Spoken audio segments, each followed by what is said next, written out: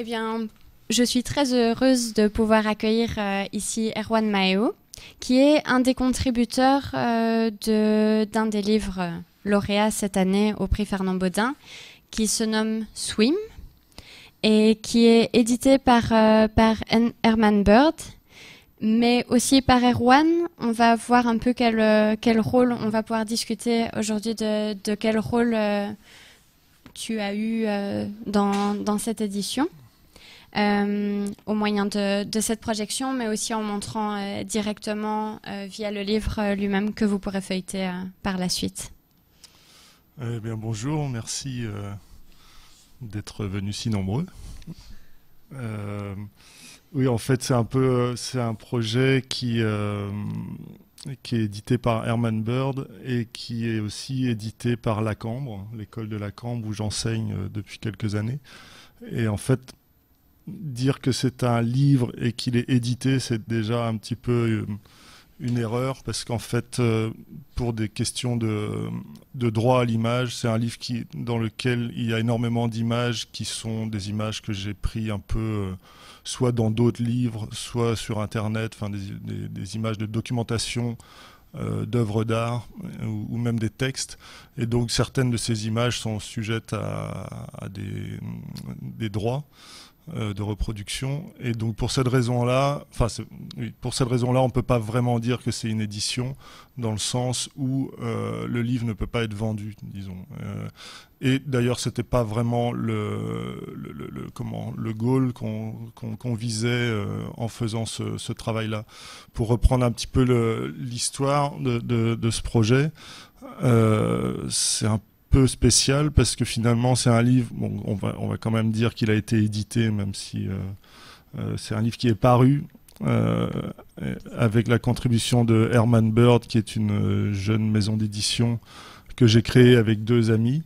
Mais quand quand tout ce projet a commencé, la maison d'édition n'existait pas. Donc finalement le livre a existé avant l'éditeur.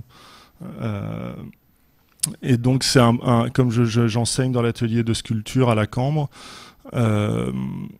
j'ai expérimenté, enfin je suis dans l'atelier avec les étudiants beaucoup, on parle de leur travail, et au cours des discussions qu'on peut avoir sur les travaux des étudiants, fatalement viennent des noms d'artistes, des œuvres ou des textes ou des choses comme ça qui, en référence à leurs travaux et qui, disons pédagogiquement, peuvent les aider à développer leur recherche ou à poursuivre leur travail. Au début, ça fait 5 ans que j'enseigne, et les 3 premières années, j'avais remarqué que, bon, forcément, toutes ces références apparaissaient souvent. Donc je disais aux étudiants, écoutez, allez voir, ils notaient des noms, et je leur disais d'aller voir sur Internet ou dans des livres des informations par rapport aux artistes dont je leur parlais. Après, ils le font pas, ça c'est un peu leur problème, enfin problème ou pas problème. Toujours est-il qu'à un moment, je me suis dit que ce serait intéressant peut-être d'avoir un support papier pour, plutôt que de donner des références un peu comme ça dans l'air à des étudiants, de leur proposer un support papier qui soit quelque chose qu'ils puissent garder et quelque chose qu'ils puissent partager, parce que forcément les discussions avec un étudiant génèrent certaines références que l'autre étudiant n'entend pas. Et du coup, le fait d'imprimer, enfin de proposer une version papier de toutes ces références permettait à ce que les discussions avec un étudiant profitent aussi aux autres étudiants. Donc voilà, j'ai proposé ça à l'administration de La Cambre, ça c'était en début 2012, et il était question, donc c'est comme ça que ça s'est fait, d'imprimer chaque semaine, donc c'était imprimé à La Cambre, un A3 recto verso, qui reprenait les références dont on avait parlé à l'atelier avec les étudiants durant la semaine précédente. Donc voilà, ça a commencé comme ça. Comme il y a un atelier de communication graphique à La Cambre, j'ai proposé à des étudiants de communication graphique de s'occuper de la mise en page de ce petit journal, disons, hebdomadaire. C'est comme ça que Ousseynou Salah, qui a fait tout le layout de chaque feuillet et finalement du livre, a travaillé avec moi. Et puis aussi Camille Pott, qui était étudiante à l'époque en dessin et qui a apporté aussi tout un ensemble de choses dans ce travail-là. Donc on a fait ce travail à 3, et bien sûr avec la collaboration des étudiants de l'atelier. Voilà, donc ça a commencé à la rentrée 2012.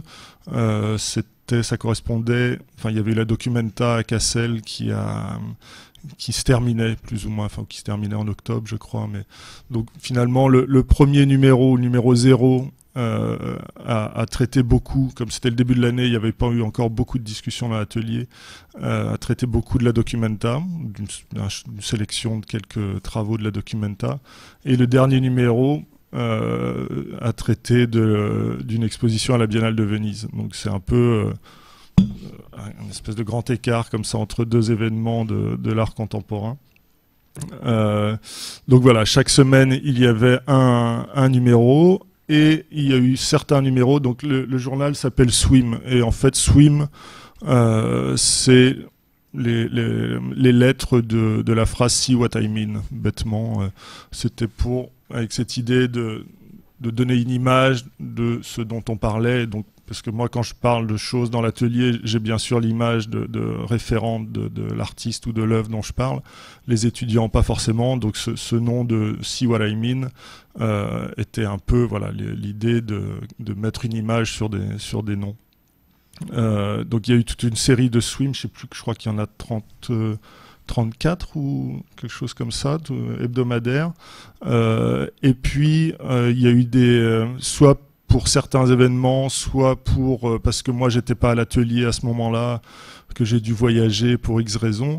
Je voulais garder ce rythme d'un journal hebdomadaire, et donc quand j'étais pas à l'atelier, j'essayais de faire un numéro spécial, disons, donc qui n'était pas lui lié aux discussions de l'atelier, mais qui était lié à quelque chose que je vivais à ce moment-là et qui pouvait intéresser les étudiants. Donc il y a le Swim et il y a ce que j'ai appelé le Swim international, qui était un peu des hors-série comme ça. Donc il y en a eu, d'ailleurs il y en a certains sur des artistes, je ne sais pas si on en voit. Je vais essayer de voir si on trouve Swim international.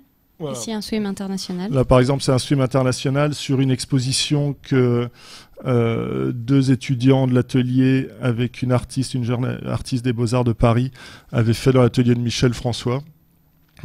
Et donc j'ai fait un Swim international sur leur exposition. Il y en a eu un autre, j'ai participé à un workshop à Tanger, à la médiathèque de Tanger l'année dernière. J'ai fait un numéro spécial sur ce workshop-là.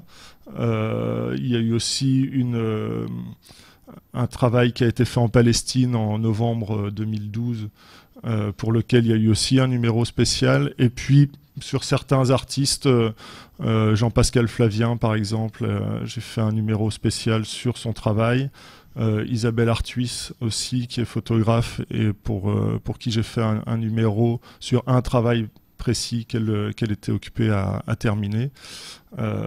Donc voilà. Donc finalement, il y a comme ça eu plein de semaines, et donc plein de recto verso A3 de noir et blanc toujours, qui étaient imprimés sur la photocopieuse de la Cambre, imprimés à 50 exemplaires chaque semaine, et qui étaient posés. Il y en avait une vingtaine qui étaient posés à la bibliothèque de la Cambre et une vingtaine qui étaient posés à l'entrée de l'atelier de sculpture. Et donc chacun prenait un peu des numéros comme ça. Donc de fil en aiguille, il y a eu donc beaucoup, un certain nombre de Swim qui sont parus. Et en fin d'année, je me suis dit que c'était intéressant peut-être de relier tous ces numéros pour faire une espèce de livre qui est aussi un recueil plus ou moins de documents comme ça. Et donc la Cambre a accepté de produire, disons, de coproduire ce travail-là. Donc il y a eu, et c'était encore dans des proportions très, très petites, il y a eu 80 exemplaires qui ont été imprimés chez l'imprimeur, enfin un imprimeur qui est en fait un copy shop chaussée de Boundal, qui s'appelle AJM, et quelqu'un, je trouve, qui travaille très bien et qui a une espèce il a tous les atouts d'un imprimeur même traditionnel, et il fait de la photocopie et des dossiers à longueur de journée, mais il a quand même l'amour des beaux livres et des belles choses. Et il a accepté de faire ce projet-là. On a choisi le papier plus ou moins ensemble, c'est un papier recyclé de 80 grammes. Il a proposé de faire la couverture en offset et tout le reste était des photocopies. Et donc c'est relié dos carré collé. C'est vraiment le truc le plus basique qu'on peut avoir. Et qui m'allait très bien parce que je trouvais que ça correspondait très bien à l'état d'esprit du projet, parce que il n'était pas question de faire un livre chic, disons entre guillemets. C'est un document de travail qui, j'espère, reste dans la bibliothèque des étudiants et qu'ils consultent de temps en temps. Voilà. Et alors, si je disais que le livre avait existé, ou le projet avait existé avant la maison d'édition, c'est que par la suite, au mois de décembre, avec 2 amis, on a décidé c'est pas vraiment de monter une maison d'édition parce qu'on n'est pas du tout spécialiste de livres, c'est plutôt l'idée d'inventer un personnage, de créer une espèce d'avatar ou de personnage, et qui serait quelqu'un qui peut faire des livres, qui peut faire aussi des expositions, qui peut faire différentes choses. Disons que c'est plutôt une idée d'un collectif, et des choses qu'on pense à 3, on peut les faire exister sous le nom de Herman Bird. Voilà, donc je ne sais pas si je dois parler de l'histoire de ce nom, mais si ça a un intérêt quelconque. Oui, moi je serais assez curieuse. Oui, mais en fait, donc un des 3, mes 2 collaborateurs, c'est Sébastien Rezé, qui est photographe, qui vit à Bruxelles, et Margot Schwartz, qui est artiste, qui est une de mes anciennes étudiantes et qui avait travaillé au départ avec moi sur ce projet-là. Et Sébastien a fait tout un projet autour de James Graham Ballard, qui l'a emmené à faire tout un voyage aux États-Unis pour faire une série de photos qui s'inspirent d'un texte de Vermilion Sand de Ballard, qui n'est pas du tout illustratif, mais disons qu'il cherchait des ambiances qu'on peut retrouver dans ce livre-là. Et donc, il m'a demandé de l'aider dans ce projet-là. Donc, on est parti ensemble à Los Angeles l'hiver dernier. Il y a un numéro spécial, forcément, un swim international sur ce moment-là. Et bon, le personnage qu'il inventait dans son projet, c'est un pilote de drone. Et un pilote de drone qui est en proie à tout un ensemble de questionnements sur ce qu'il fait exactement. Et donc lui voulait photographier dans le désert, désœuvré, errant, comme ça. Donc c'est une espèce d'image assez romantique et un peu désabusée de l'actualité aussi, finalement. Donc voilà, on s'est retrouvés. Moi, il m'a demandé d'être assistant et d'être ce pilote de drone aussi. Donc on est allé à Los Angeles dans un surplus de l'armée pour acheter un habit militaire de l'armée de l'air. Et on a acheté un habit sur lequel, c'était un habit de seconde main, sur lequel était écrit Bird. Donc finalement, ce pilote de drone s'appelait Bird, il s'est appelé Bird un peu par hasard. Voilà, c'est devenu un personnage dont on a beaucoup parlé ensemble, et quand on a décidé de créer un personnage pour faire des livres ou faire d'autres projets comme ça, on s'est aperçu qu'en fait on en avait déjà un et qui s'appelait Bird, et Herman c'est arrivé un peu comme ça après. C'était un prénom un peu... C'est Erwan avec le W inversé? Non, pas du tout. Non. Je crois que Sébastien et Margot n'aimeraient pas du tout que je dise que c'est Erwan avec un W inversé. Non, c'est juste, je sais pas, un prénom qui est à la fois international, à la fois... Enfin, c'est quelqu'un, disons. Voilà. Ok. En tout cas, je trouve que c'est vraiment... Moi, je suis très contente qu'on ait un livre comme ça primé au prix Fernand Bodin, parce que je trouve que ça pose en effet beaucoup de questions et en même temps, donc des questions de droit, ça c'est une chose, mais aussi des questions justement sur tout ce qui est produit dans les écoles. Ça fait clairement référence en fait à un syllabus, mais qui donne peut-être un peu plus envie qu'un syllabus classique, et en même temps qui est fait avec tous les matériaux dont peuvent être faits non seulement les syllabus, mais aussi les travaux d'étudiants, parce que plutôt on disait que c'était une reliure toute bête, toute classique, et en même temps c'est la seule reliure quasiment que peuvent se permettre les étudiants s'ils veulent faire plus que 2 exemplaires d'un livre, sans quoi il faudrait coudre le livre à la main par exemple, ou simplement utiliser des agrafes, ce qui n'est pas possible avec un certain nombre de pages. Et d'être allé chez AJM, qui est en effet un copy shop, un photocopieur qui est quand même très réputé auprès des étudiants. Moi, quand j'étais étudiante, j'allais chez AJM, donc j'étais très touchée. C'est tout près du en LB, fait. Oui. Bah, j'étais très touchée en fait de pouvoir aussi faire honneur à des imprimeurs auxquels on ne pense pas forcément, et qui en fait impriment aussi beaucoup de livres d'artistes, donc qui finalement sont très impliqués dans des livres qui sont faits à soit petit budget, soit petit tirage, que des grands imprimeurs offset ne permettraient pas.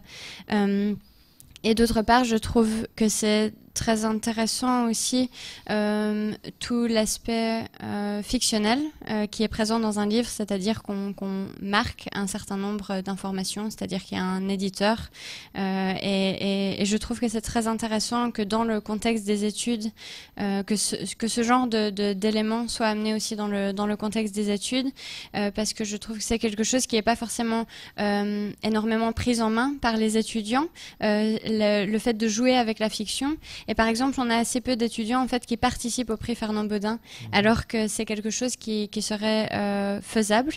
Et peu d'étudiants, prennent ou se disent, ben voilà, en fait, je fais des livres et je pense que cette pratique peut être prise au sérieux. Et là, en fait, c'est en fait la preuve qu'un livre dont le design a été fait par un étudiant peut être primé dans un prix des plus beaux livres. Ce qui n'était pas forcément le but d'un tel objet, comme tu le disais plus tôt. En même temps, ce que j'aime assez, c'est que justement, ça redéfinit peut-être aussi le concours des plus beaux livres dans quelque chose de probablement plus intéressant. Ousseynou, je crois, sera là demain pour parler peut-être plus précisément de son travail à lui et dans sa collaboration dans le projet, quoi. Il y a quelque chose au niveau du livre que je trouve intéressant aussi avec ce projet-là, c'est que finalement, je crois qu'on cherche souvent une cohérence en faisant un livre. Bon, il y a une cohérence graphique, mais ça, Ousseynou en parlera, mais dans le contenu.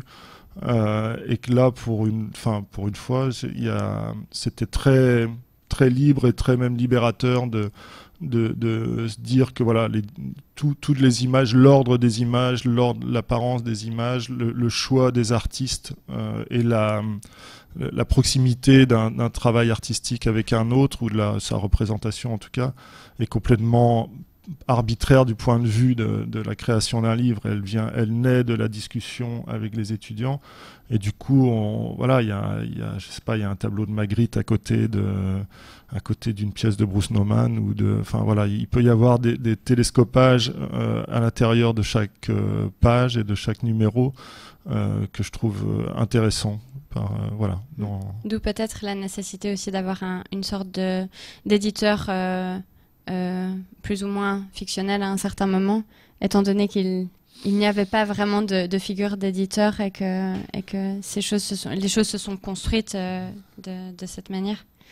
Ouais, et une deuxième chose, c'est que en fait, une fois qu'on a fait ce livre-là, il y a eu la directrice de la Cambre tous les ans fait une petite cérémonie entre guillemets pour présenter ses vœux à tout son corps enseignant à la Cambre, et donc elle avait proposé qu'on fasse un lancement du livre à la Cambre à ce moment-là, au mois de février, je crois, début février.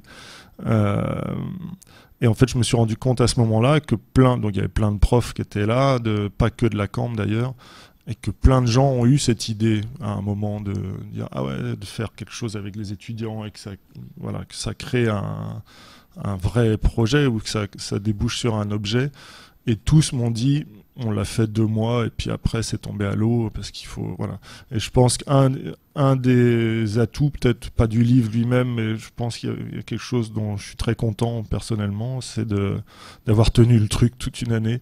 Je crois que c'était finalement beaucoup de travail, mais c'était tellement intéressant et gai à faire que voilà, que c'était un travail, mais un travail très